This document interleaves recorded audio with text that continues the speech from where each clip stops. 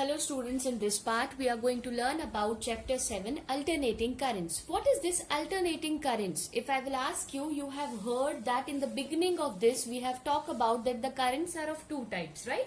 What is direct current and what is alternating current. Before this unit, means till third unit, or we are talking about all the currents or whatever we have discussed, we have talked about the direct current. Now we are going to talk about the alternating current. What is this alternating current? As the name given, right? The current which changes its magnitude and direction with respect to time, means the current which changes with time is called the alternating current. If I will talk about the alternating current, is basically in our homes, in our appliances and the industries, in our household or everywhere, maximum we are using in alternating current, not the direct current, because it has some advantages over the direct current, which we are going to discuss after this. So what is alternating current? The current which changes its magnitude and direction with respect to time is called the alternating current. This alternating current you can see by, if you will see the alternating current, if you want to see, you can see the alternating current through an oscilloscope, and when you will see the alternating current through an oscilloscope, you can find that the current will appears as a sinusoidal wave. It will appears as a function of sine. Okay, so this is my time and this is my current or voltage, whatever we want to take. Okay, and what it is here 0, this will be your 90, this will be your 180, and this will be your 270, and this will be your 360, means a one complete cycle. You can see that the current value is got changed at every instant of time, and this particular current is called the alternating current. Okay, what is your direct current? If I will ask you, you will say that direct current is the current whose magnitude and direction does not change with respect to time. Suppose this is my time and this is the current. If I will say, for example, how you will understand that the current is direct or the current is sinusoidal? If I will say I is equals to 5 ampere, it means that for every instant of time, the magnitude of the current will be remain same, and that current is what we called a DC current, means whose magnitude and direction does not change with time is called the direct current. Now this is my alternating current. So what is that alternating current? Alternating current, you can write it down as I is equals to I naught sine of omega t. Okay, now what is this I? I is simply representing your alternating current. I naught is called the peak value of the current. What it is? That is called the peak value of your current. Okay, peak value of current. What is this sine? Sine is the function of, or we can say the function or the in which form the wave will move, right? And what is this omega? Omega is your angular frequency. Omega is your angular frequency. Okay, and what is t? And t is already a time period. So you understand why and how we are writing this equation as I is equals to I omega sine t. So this is the equation which we are going to use for current in the alternating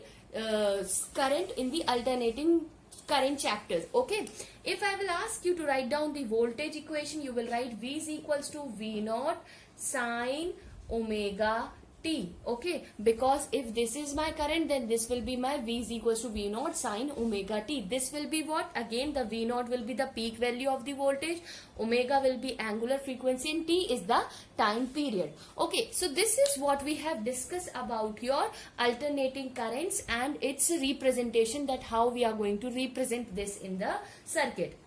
Okay, here if you will see, suppose this is the value of my t, and what will be the value here? This will be my t by 4, this will be my t by 2, okay, and this will be my 3t by 4, and this will be my t.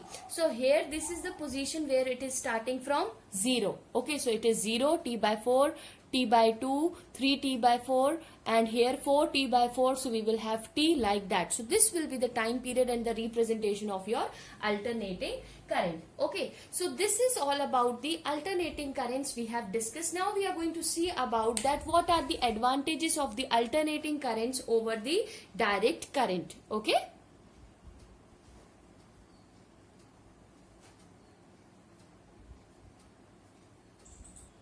Okay, so here you can see that I have written some advantages of AC, that its generation and transmission and distribution are more economical. If we want to transmit a particular amount of AC and the same amount of DC we are going to transfer, so the AC transmission is more economical, means it will be less costly than the DC.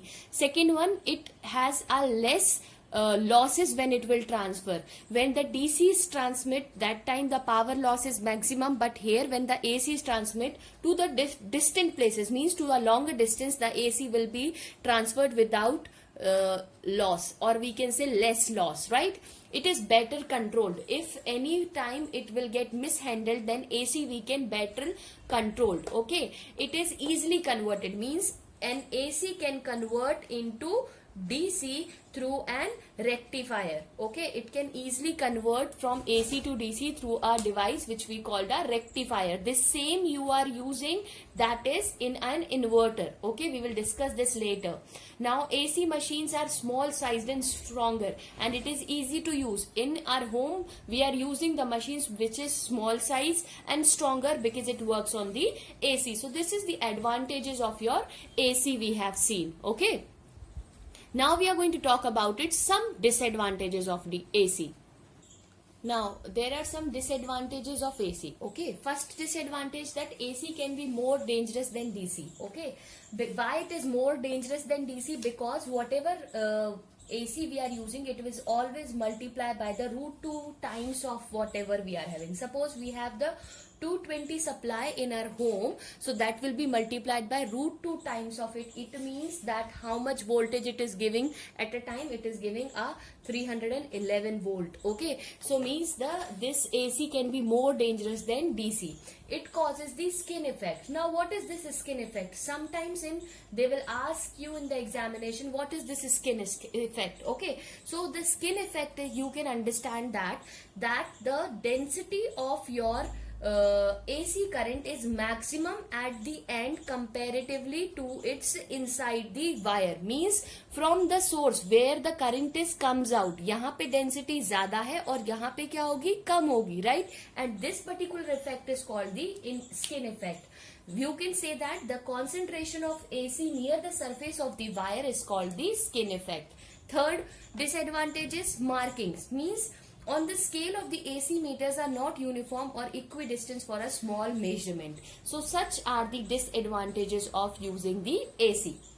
Okay, now I will talk about that is something that is related to your time period. You know what is time period, but still I am saying what is time period. If you will see, time period is defined as a one complete cycle, time taken by a wave or a signal to complete it one cycle is known as its a time period. So this is its time period. What is frequency?